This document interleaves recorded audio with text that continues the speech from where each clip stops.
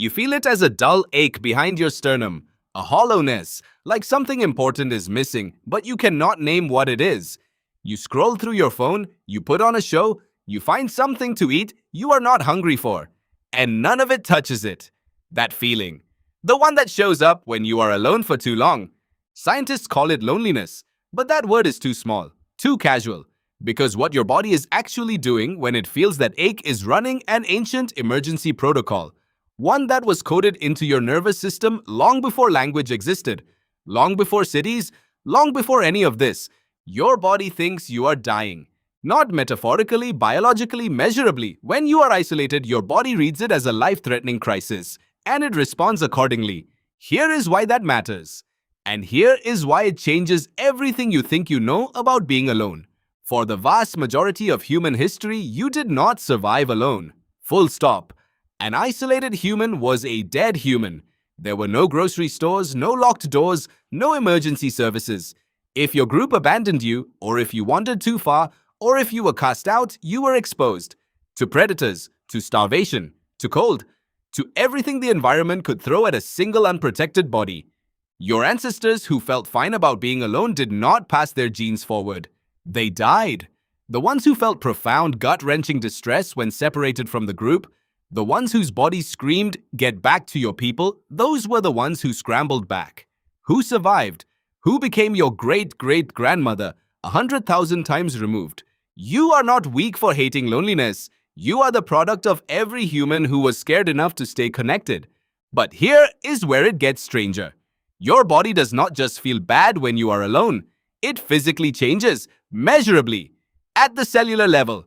In 2007, researcher John Cacioppo at the University of Chicago published findings that would reshape how scientists think about loneliness forever.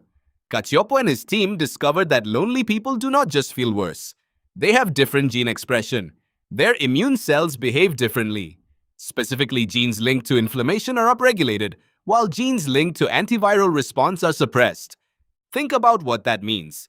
Your body, when it senses prolonged isolation, redirects its defenses. It pulls resources away from fighting viruses and pushes them toward fighting bacterial infection and physical wounds. Why? Because in the ancient world, isolation usually meant one thing. You had been injured, you had been separated from the group because something had gone wrong, and physical injury meant bacteria.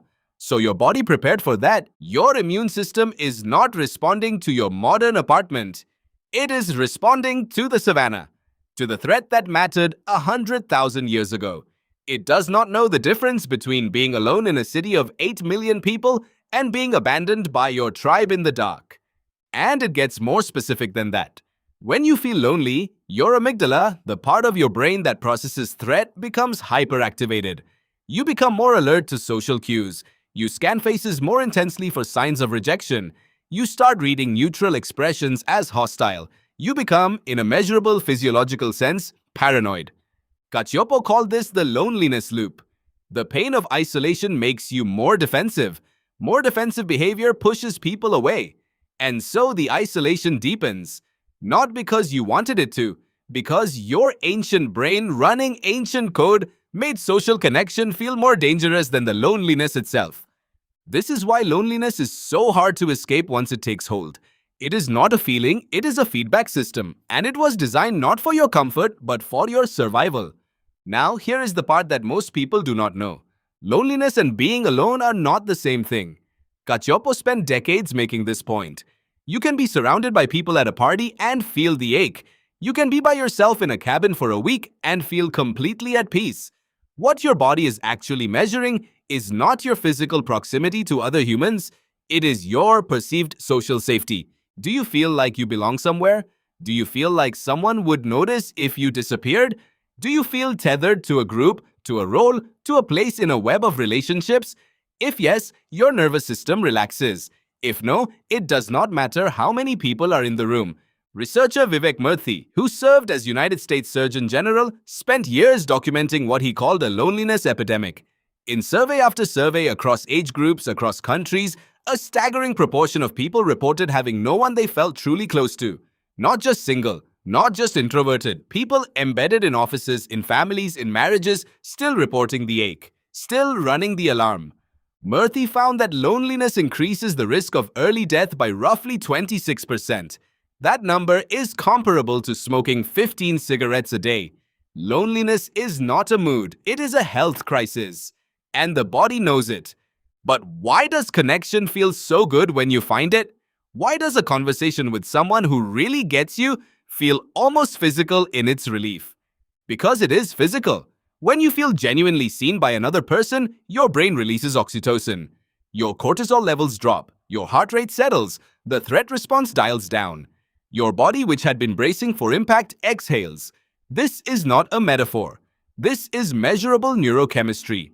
Connection is not comfort. Connection is medicine. Your ancestors needed it to survive, and your cells still treat it that way. There is research from the 1950s that makes this almost unbearably clear. Psychologist Harry Harlow conducted a series of studies with infant rhesus monkeys. The infants were given a choice between two surrogate mothers. One was made of wire but provided milk. The other was made of soft cloth but provided nothing. Every infant clung to the cloth mother. They would scramble to the wire one to feed, then immediately return to hold the soft one. When frightened, they ran to the cloth. Not to food, to warmth, to the sensation of being held. What Harlow discovered is that connection is not a bonus on top of survival. It is survival. The need to be held, to be close, to be touched by something that feels like belonging is as fundamental as hunger. And what happens when it is not available? The infant monkeys raised without any surrogate showed lifelong damage. Difficulty regulating emotion, inability to form bonds, immune suppression, behavioral collapse. The need does not go away. It warps. Now think about the world you actually live in. More people live alone than at any point in human history. The average household size has been shrinking for decades. Young adults report fewer close friendships than any previous generation. The digital world has given everyone a platform and almost no one a tribe. Your body has not received the update. It is still running the version from the savannah. And it is still running the same alarm. The one that says get back to your people. The one that floods you with dread at 11 p.m. when the room is quiet. The one that makes your chest tight when you scroll through photos of people who look connected in ways you are not sure you are. You are not weak. You are ancient. And you are doing what every human who survived has always done, feeling the signal and trying to answer it. Here is the hardest part. In a world where loneliness is epidemic, where the structures that once created automatic belonging, the village, the trade guild, the religious community, the multi-generational household have dissolved, the signal has nowhere easy to go. You feel it. You do not always know what to do with it. And sometimes the things designed to answer it, the apps, the feeds, the curated connection, give just enough signal to quiet the alarm without actually satisfying the need. Researcher Robert Waldinger, director of the longest-running study on human happiness in history, the Harvard Study of Adult Development, has followed the same group of people for over 80 years. The finding that has emerged across decades, across life circumstances, across wealth and poverty and health and loss is startling in its simplicity. The people who reported the strongest, most satisfying close relationships at midlife were the healthiest and happiest at 80. Not the richest, not the most accomplished, the most connected. Not connected to many people, connected deeply to a few. Your ancestors did not need thousands of followers. They needed a small group who knew their name, who would notice their absence, who would share the fire. That is all your nervous system is asking for. That is what all of this, the ache, the hollowness, the tight chest at midnight, has always been pointing toward. Tonight, when the quiet comes and you feel that pull in your chest, you will know what it is. Not weakness, not damage, not something to numb or scroll away. It is the oldest signal in your body, refined across 100,000 years of surviving together, still doing exactly what it was built to do, reminding you that you were never meant to do this alone.